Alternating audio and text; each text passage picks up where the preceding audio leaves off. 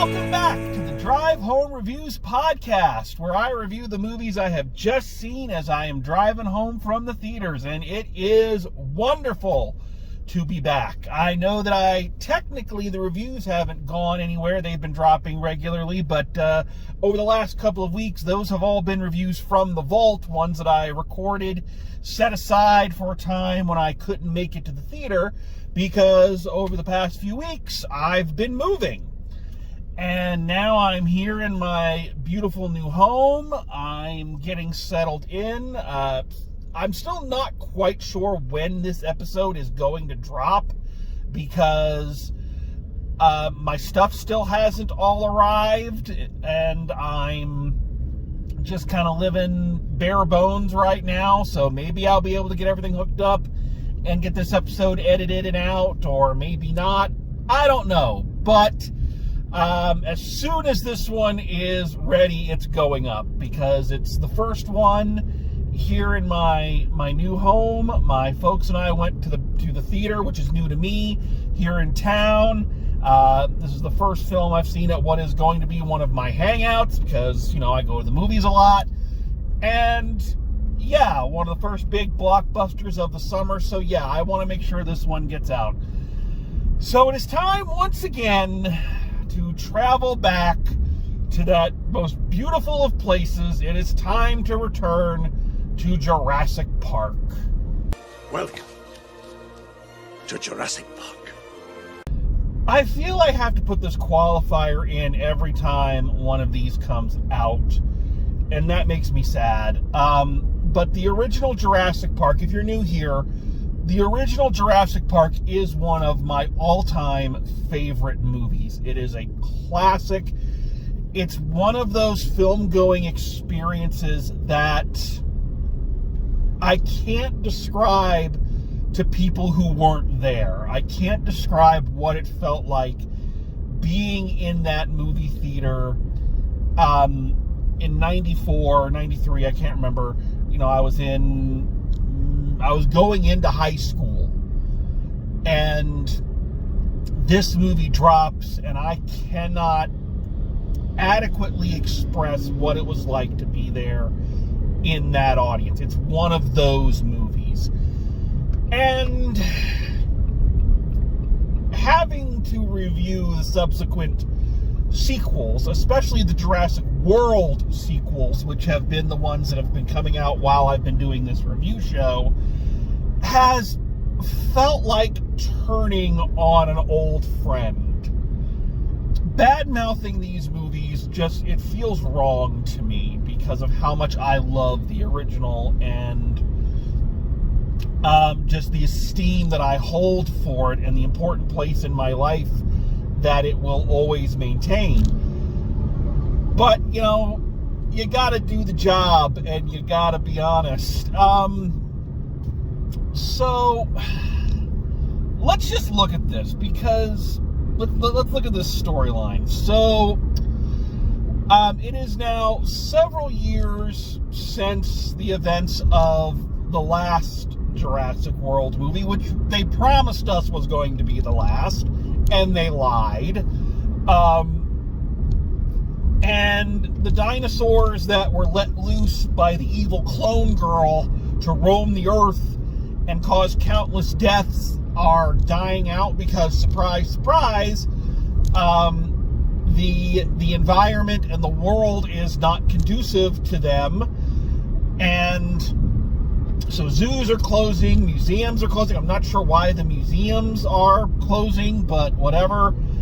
And all the dinosaurs that are left have all kind of migrated to these forbidden islands, because of course they have, near the equator, where the environment is closer to that of the one they're indigenous to. Now, don't ask me how some of those dinosaurs got to that island. Did they book a ferry? Did they have to go through a travel agent? Did Bryce Dallas Howard and Chris Pratt arrange for it? I don't know. They're just there. But more than that, it turns out that this island, as we learn in a cold open, this island is not just any other island with dinosaurs on it. No, this was the experimental breeding ground for Jurassic World, not Jurassic Park, where scientists crossbred dinosaurs into godless, monstrosities of nature for... Why? Because it's science, that's why. And this multi-billion-dollar company, which has poured so much money into this research into genetically engineered monsters, apparently did not foresee Snickers bars wrappers, because a Snickers bar wrapper got into the works and caused the shutdown and the escape of all of these hellspawn. It's one of those moments you're just like, I know you had to come up with some kind of inciting incident, but, Dennis Nedry short-circuiting the system to steal DNA, because of greed and the folly of man and hubris, that was all great. No, I love this one. A Snickers wrapper got into the fucking works and everything, it was like a domino effect. I guess it does kind of fit in with the theme of the original Jurassic Park movies, that you can't control everything. You can't predict everything, no matter how smart you think you are. So it's these little things that get by you. So I guess it is kind of in keeping with one of the overarching themes of these movies. That doesn't make it less stupid. While we're on this subject, and I've brought this up in multiple reviews for these Jurassic World movies, but you know what pisses me off? What still pisses me off about this? They have never, in these previous Jurassic World films, explained what happened to the second island from the original trilogy, the Isla Sonar, I think it was. The original production floor, the one where the Lost World took place, and Jurassic Park 3. Never explain what happened to that.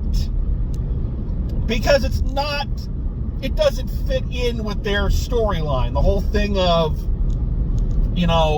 especially in the second one where they're like, oh, we have to save the dinosaurs and take them to an island because they're going to go extinct. Wasn't there already a fucking island with dinosaurs on it? No, we just ignore that. We quote the movie, but we ignore the plot of it. So yeah, like for a second there from the trailers, I thought this film was actually going to address that. Because in Jurassic Park 3, when they discover the Spinosaurus, Grant has the line about how the Spinosaurus was not on the list of dinosaurs they were creating, and he says, it makes me wonder what else they were up to. So if this had been that island, and it turns out they were working on these genetically, engineered crossbreeds the whole time, that would have actually tied back in and would have made some sense. No, we just keep forgetting that island and that whole plot existed, and we're still doing this. Minor compulsion, something that seems to only piss off me. But I'm rambling. I'm sorry, it's my problem. I'll deal with it. Please continue. But anyway, that's not what's important. What's important is that in order for any Jurassic Park plot to get going, is we have to come up with some convoluted reason why people are going to an island where dinosaurs are. Enter... Hi, I'm Bob Evil. Yes, Bob Evil, the guy that from the moment you look at him, you're like, well, that guy's fucking evil. You can't ignore it. He's fucking evil, you know it. And so Bob Evil works for Evil Co. This time the division of Evil Co. is a pharmaceutical company that wants to create a drug to help heart disease. In order to make this drug, they have to go to the island and get blood samples from the 3 largest species of dinosaurs with the biggest hearts so that they can then cure heart disease. Not sure exactly the science behind that, but you know what? It's as good a reason as any. You know, again, the main point of these films is you have to have a reason for them to go to these islands. So he puts together a team of badasses led by Scarlett Johansson and Mahershala Ali to go to the island and do this fetch quest to get the DNA or get the blood samples from these 3 biggest species of dinosaurs. And you pretty much know how this is going to go. You know, I don't think I'm spoiling anything. Everybody knows how these films lay out. Along the way, our mercenary team rescues a family who was on a sailing trip that was attacked by the mosasaur, and they end up on the boat going to the island. During a chase scene, the 2 groups get separated, and we basically have 2 movies going on. You've got the Dora the Explorer origin story, because the little girl has a backpack and a cute little CGI friend, of the family trudging through the island and trying to make it to the escape point, and our mercenaries trudging through the island trying to do their fetch quest and make it back to the extraction point, you know, and eventually the 2 movies come together for a big finale, yada, yada, yada. So yeah, that's the basic setup here. Of the 2 movies that are going on, I actually found the Dora the Explorer origin story to be the more engaging of the 2. Because I liked that it was a group of people who were kind of, they did not set out to be there. They didn't go there for the usual reasons of greed or, you know, evil science. They were just kind of in the wrong place at the wrong time and now have to survive and sort through their problems. You know, the older daughter has a slacker boyfriend that the dad doesn't like, and through, you know, these life or death experiences, he proves himself to be a good guy to himself and to the dad. You know, it's a more interesting and a more, I'm going to say, fluid storyline. I remember reading that one of the original ideas for Jurassic Park 3, which I think they should have gone with, was the idea of a plane of students crashing on the island and Alan Grant having to go there to rescue them, as opposed to the dumb shit storyline they came up with. And I really felt like they should have gone with that. I like the idea of these people, again, who aren't going there out of stupidity. It's an act of God. It's a force of nature. You end up in the wrong place at the wrong time, and you have to use your wits, and you have to bond together in order to survive. I think that's a much more interesting story. And as such, yeah, this one is much more interesting. The characters are a bit more relatable. You enjoy them. They don't feel as tacked on as our A storyline following the mercenaries. The mercenaries are, it is such a paint-by-numbers story and such a paint-by-numbers group of characters that it's almost insulting. It's like they made no effort to change anything, or to make anything even remotely different or unexpected. Okay, for instance, you have, of course, Bob Evil, the head of Evil Co., who I must admit, at least he comes right out and says at the top, yeah, I'm doing this to make a pharmaceutical product that's going to make a shit ton of money. You know, he's not trying to convince them that he's some kind of philanthropist or wonderful human being. No, it's like, no, I want to fucking make money, and that's what this is going to do. You know, I can appreciate that. But of course he's evil, and of course he tries to kill, or doesn't act to save Dora the Explorer's older sister when she falls off the boat, actively tries to kill her. You know, of course he's the bad guy who gets his comeuppance, and of course we have a good, pure, not philanthropic, that's the wrong terminology, sorry. But this wonderful, you know, paleontologist, this wonderful earth scientist who wants to study dinosaurs because they're pure and beautiful and wonderful, and I don't want to give the cure to you know, this technology to make a pill for heart disease to Evil Co. I want to give it to the world, and everybody gets it. Yay! He's so fucking pompous and pious and perfect. I just want to punch him in his face the whole fucking time. Not to mention the fact that his ultimate plan of not giving the blood samples to Bob Evil doesn't fucking work, because he's like, oh, we're gonna give it to everybody. How's that gonna fucking work?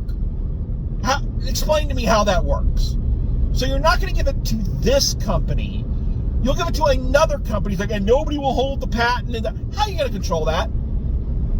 How are you gonna control that? How are you gonna control that? You can't. The only way that would work is if you got a group of scientists together, you came up with the pill, and you patented it.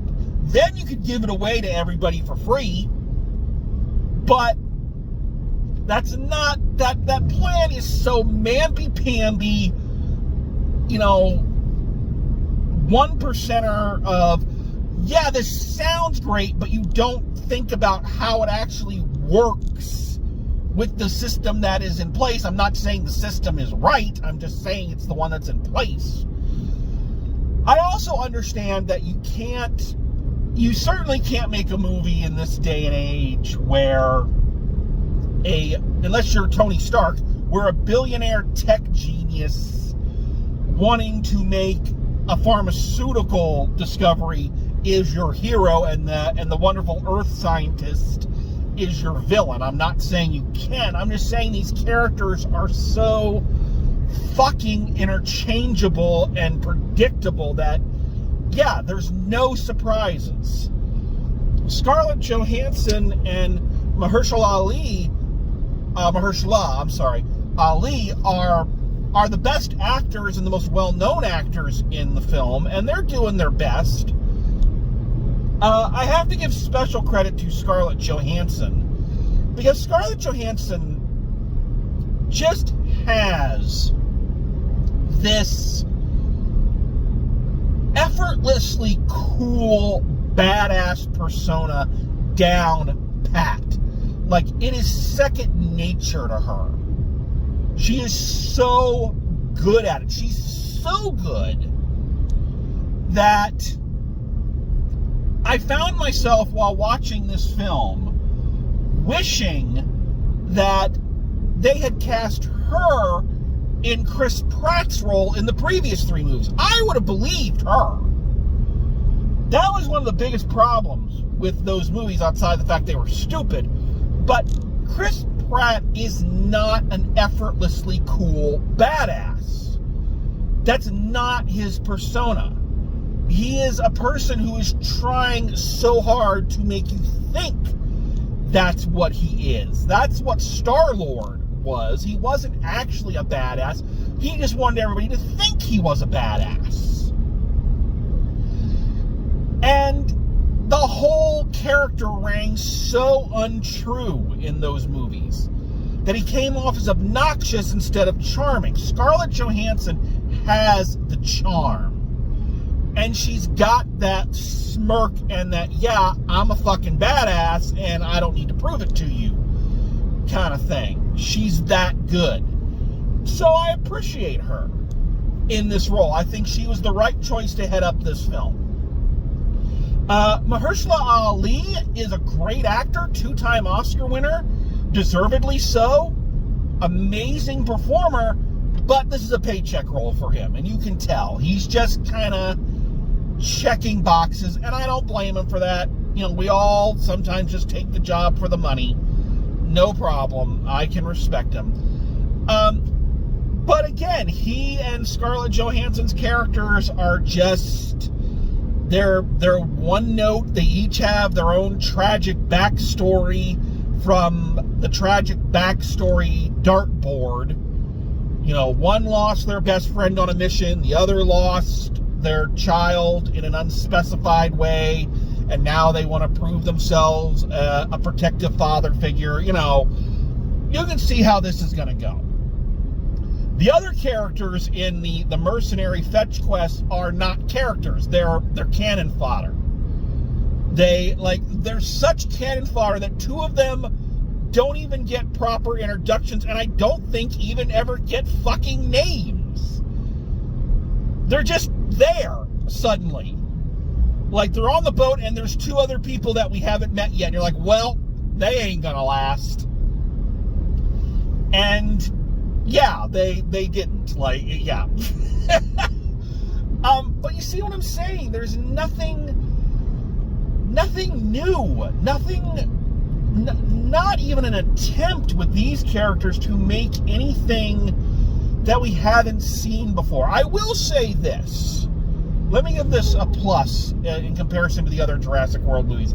At least the supporting characters in this one weren't fucking irritating. There wasn't really any irritating characters. At least not ones that didn't redeem themselves eventually. There were a couple that you're like, oh, please eat him. But, his hero's arc and journey and all that, boy becomes a man kind of thing. You kind of excuse it. I think to some of those, Fallen Kingdom especially, and the ragtag group of misfits that they took to the island in that one, and how generic and annoying all those fucking characters were, at least this time, they avoided that. The characters weren't too annoying. You didn't mind spending time with them. So yeah. And I guess the other thing to talk about are the new mutant dinosaurs, the flying raptors, which, yeah, I guess, okay, you want to combine a pterodactyl and a raptor, fine. I guess it was okay. I don't see why you couldn't have just had them be raptors. And the D-Rex. Oh my god, the fucking D-Rex was the fucking lamest looking monster I've seen in a while. There have been some lame ones. You can tell that the writer or director or somebody in this film had a massive hard-on for Alien. You can just see it in everything, especially towards the climax of the film when they get to the rescue point, and they're crawling around in tunnels and shit, and it all they're in closed off breezeways, and the whole thing, it looks like a fucking Alien movie. It looks like Aliens. It really, really does. And the D-Rex itself, with the domed head, it looks like a cross between the Xenomorph and the Rancor from Return of the Jedi.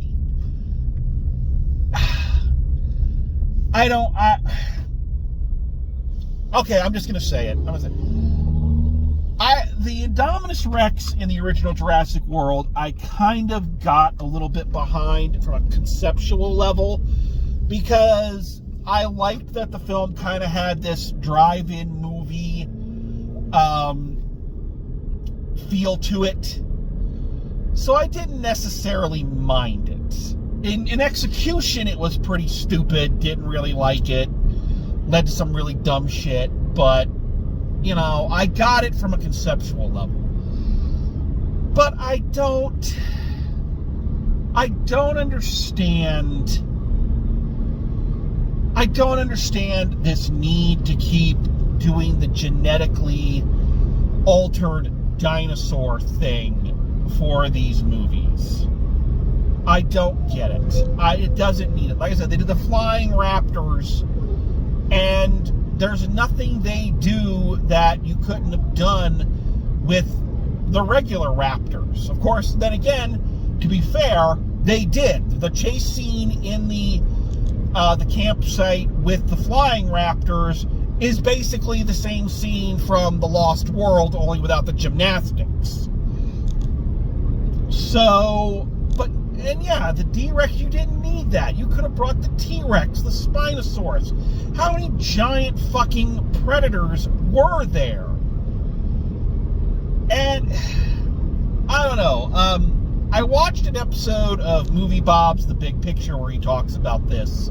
So I'm aping a little bit of his point of view, but he puts it very well. So go watch his thing to kind of get a better explanation of this. But the makers of these Jurassic World movies are so convinced that they have to do this as some kind of rebuttal to Jurassic Park not being the cultural touchstone it once was, and CGI having come so far from the original that just seeing a regular dinosaur is boring, so you have to amp it up. And that's not true. That isn't true. And you can look at the past performance critically of other Jurassic Park sequels. It's not the fact that they just had dinosaurs in them, it's the fact that the stories were stupid and the execution was bad. You know, it's not the fault of the dinosaurs, basically. So yeah, I didn't like the designs. They were boring, and there's nothing you could have done with them that you couldn't have done with any kind of other dinosaur we've already met in these films, or that maybe we haven't met. You know? Maybe that would have been, if they want to do this mutant thing, maybe that would have been a better way to go about it. Is, instead of these crossbreeds that make these monsters, have it be other species of dinosaurs that they were trying to clone, but for one reason or another, the cloning process didn't work out, so the creature's kind of like half-formed, or, you know, not stable, or something like that. That might have worked. But this constant evil geneticist shit. I love how these movies make a very clear line in terms of what science is okay and what science isn't. Geneticists, bad. Archaeologist, anthropologist, paleontologist, good. Dirt science, good. Genetic science, bad. You know? So yeah. So I've taken a lot of time and done a lot of shit on this movie. But here's the thing. Here's where it comes to the analyzing of this film. The Jurassic Park movies have been around long enough. This is now the 7th one of these fucking things.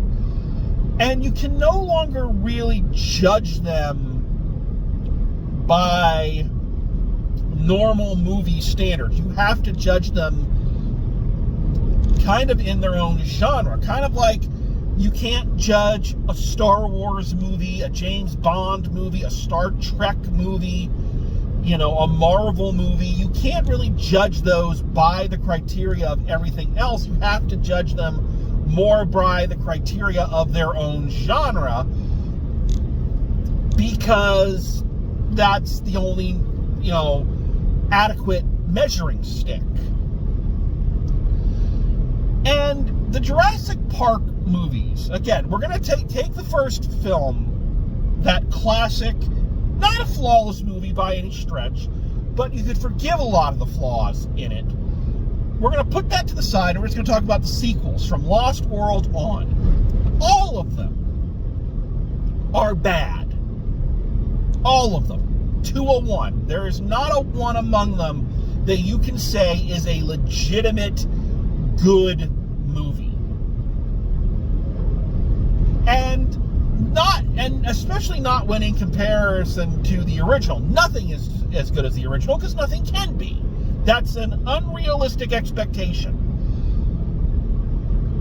So we know, if we're starting from the point that none of these movies are good, the question then becomes, are they at least fun? Because a bad movie can be fun. And I look at the various Jaws sequels. All of them are bad to a varying degree, but they're still entertaining to watch, from a Mystery Science Theater bad movie night perspective. So the question you have to say with this one is that, is it a fun bad movie? This would be, for me at least, I would categorize Lost World, Jurassic Park 3, and the first Jurassic World in those categories. Or is it actually skin-peelingly, repulsively bad, like Fallen Kingdom and Dominion? Like movies so bad you can't physically watch them. Movies so bad I don't own them on physical media. And this one, I have to say, despite everything I've talked about, despite all the flaws I've pointed out, I have to say this one does fit more into the enjoyably bad category. I had fun watching it. Despite all the things I've pointed out, I had fun watching it. I think they made smarter choices than the past films. I think the stories were a bit better. The logic was easier to follow. What I mean by that is that none of these films have pure science, or they all require you to make huge logic jumps, right? All of them. But there's a question of how far your willing suspension of disbelief will take you. I could suspend my disbelief and my nitpicking and my cinema sins for the original and the other ones that I've named, because the fun of them outweighed the stupidness. But when the characters start making just absolutely asinine decisions for reasons that make no fucking sense from any kind of thinking human being, that's where it falls apart, and that's where you're like, I can't go along with this any further. And that we have with Fallen Kingdom and Dominion. So Rebirth, I do think is a huge step up from those previous two, and in a way much a step up from the original Jurassic World. It does have fun characters. The action scenes are new and fresh. The different characters are varied enough that you do want to follow them. I think we could have cut some stuff out and not done a lot of the really bad social commentary. It's not that I don't think social commentary belongs in movies.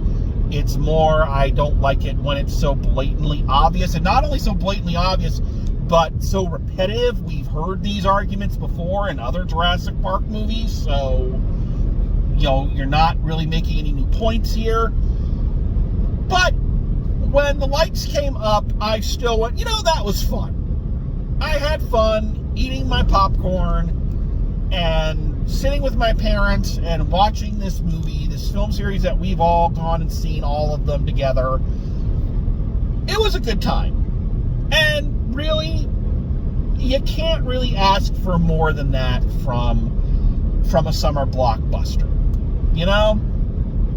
So yeah, I've spent this whole review dissing this movie and all that, and when it comes down to it, it was still a fun film. I still had fun. Is it good? No. Is it fun? Yes. So your mileage may vary, but for me, that it was enough. So there you have it. All right, so let's wrap this up. So final grade for Jurassic World Rebirth, I'm going to go a C. Middle of the road C. Good enough to waste an afternoon. You can catch it when it's on TV, inoffensive, fun enough. The kids will like it. Don't know, who it's going to be their favorite movie of all time, but nothing really needs to be. So there you have it. All right. So, pretty monumental. My first review in my new home. First on my new route that I'll be taking to make these reviews, I think. So, not my best review, I feel, just from a gut perspective, but definitely a monumental one. So, thank you for coming along. Thanks for listening. Hope you enjoyed this, and we will always continue. We will return. A lot of big blockbusters coming out, so buckle up. We got a lot to get through. So thanks for coming along, and as always, drive safe, and I will see you at the movies.